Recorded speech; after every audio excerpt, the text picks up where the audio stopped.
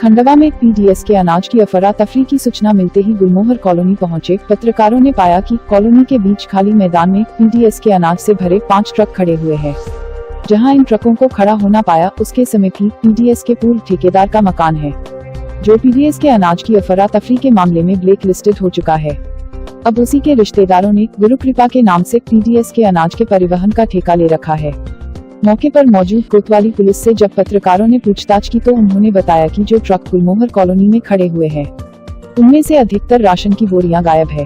राज्य आपूर्ति निगम का सरकारी अनाज जिले के ग्रामीण क्षेत्र पुनासा में उचित मूल्य की दुकानों पर पहुंचाया जाना था, वो वहां न जाकर ठेकेदार के घर के बाहर ट्रक अवैध ढंग से खड़े मिले। बिना जीपीएस लगे ट्रकों मिलना संदेहजनक पाया गया।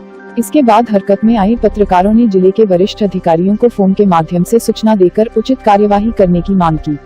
पत्रकारों ने सभी अधिकारियों को फोन लगाया, लेकिन जब बार बार कॉल करने पर भी कोई भी वरिष्ठ अधिकारी मौके पर आने को तैयार नहीं हुए, तब जिले के पत्रकारों ने सोशल मीडिया का सहारा लिया, जिसके कुछ घंटे बाद मौके पर खाद्य एवं आपूर्ति अधिकारी, खाद्य नागरिक आपूर्ति निगम के अधिकारी, एसडीएम, तहसीलदार मौके पर पहुंचे, जिन्होंने आरंभिक जांच में पाया कि पीडीएस के अनाज का परिवहन करने वाले ट्रकों में से अनाज की बोरियों को निकाला गया है। उसके बाद लापता बोरियों की खोज आरंभ हुई। बताया जा रहा था कि ठेकेदार के घर में बड़ी मात्रा में राशन का अनाज भरा हुआ है।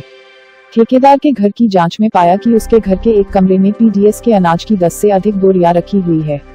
लेकिन आश्चर्य इस बात का हुआ कि खाद्य एवं आपूर्ति अधिकारी ने पत्रकारों को बताया कि मात्र 6 बोरी ही ठेकेदार के घर से बरामद हुई, जिसका पंचनामा बनाकर मात्र 5 ट्रकों को कोतवाली भेजा गया। मैं ये कहना चाह रहा था, सूचना के आधार पर मैं स्वयं भी अपने विभाग के अधिकारियों के साथ एवं जिला प्रबंधक हैं अतुल कीर्ति, जो स्टेट सिविल सप्लाईज कॉर्पोरेशन के अधिकारी हैं, सेंट्रल वेयर हाउस हो अथवा शासकीय वेयर हाउस, जहाँ से द्वार प्रदाय योजना के तहत हमारा खाद्यान्न जाता है, चावल, गेहूँ या अन्य शासकीय वस्तु पर, उस शंका के आधार पर हम मौके पर पहुँच करके सब विवेचना में दिया गया था।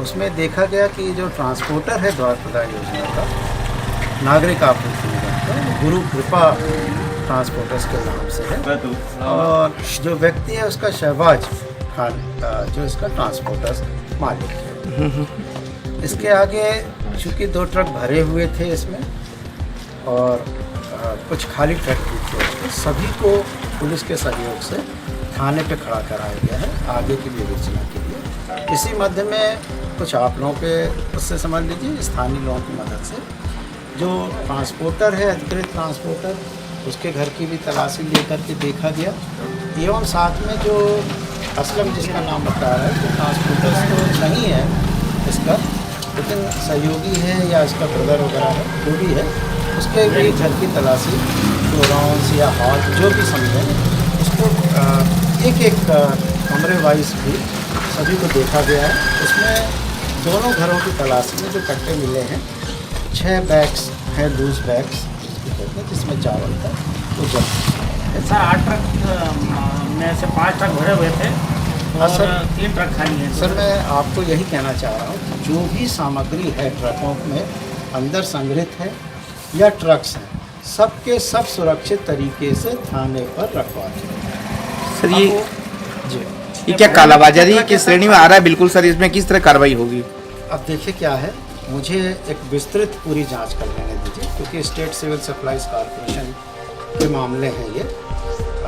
खाद्यान्न का परिवहन करना इनके विभाग का दायित्व रहता है, उसके तहत ये कार्रवाई मुझे देख लेने, जिस प्रकार की भी बैठेगी कार्रवाई कठोर कार्रवाई। जब ट्रक लोड होता है तो पूरा एक साथ लोड होता है या बीच में कुछ खाली जगह छोड़ी जाती है? नहीं, देखिए क्या है, एक सीमा है, वो भी कौन सा, जो आपके परिवहन में उसमें लगता है कि इतने एमटी से ज़्यादा परिवहन कैपेसिटी जो है उससे ऊपर नहीं भरा जाएगा। तो आगे माल भरा हुआ, पीछे माल भरा हुआ और बीच में 2 लेयर खाली रखी गई है। आपकी बात को वही कहना सभी ट्रक्स में यही देखा गया है। मेरे पास में जो सेंट्रल वेयर हाउस से जो कल इशू हुआ है, सारे के सारे पेपर्स बुलाए हुए हैं, और ये जो पेपर्स निकलते हैं, आपकी शंका के लिए मैं मिटाना चाहता हूँ, ये CSMS पोर्टल से निकलते हैं, यानी इलेक्ट्रॉनिक माध्यम से हमारे पास में, मतलब अब उसमें जैसे आपकी शंका जो जाती है छेड़छाड़ कर दी जाएगी, वो संभावना रहती ही नहीं। ट्रकों में जीपीएस नहीं लगे थे सर। गरीबों के लिए जो खाद्यान्न पहुंचना था वो गांव में नहीं पहुंचा, और एक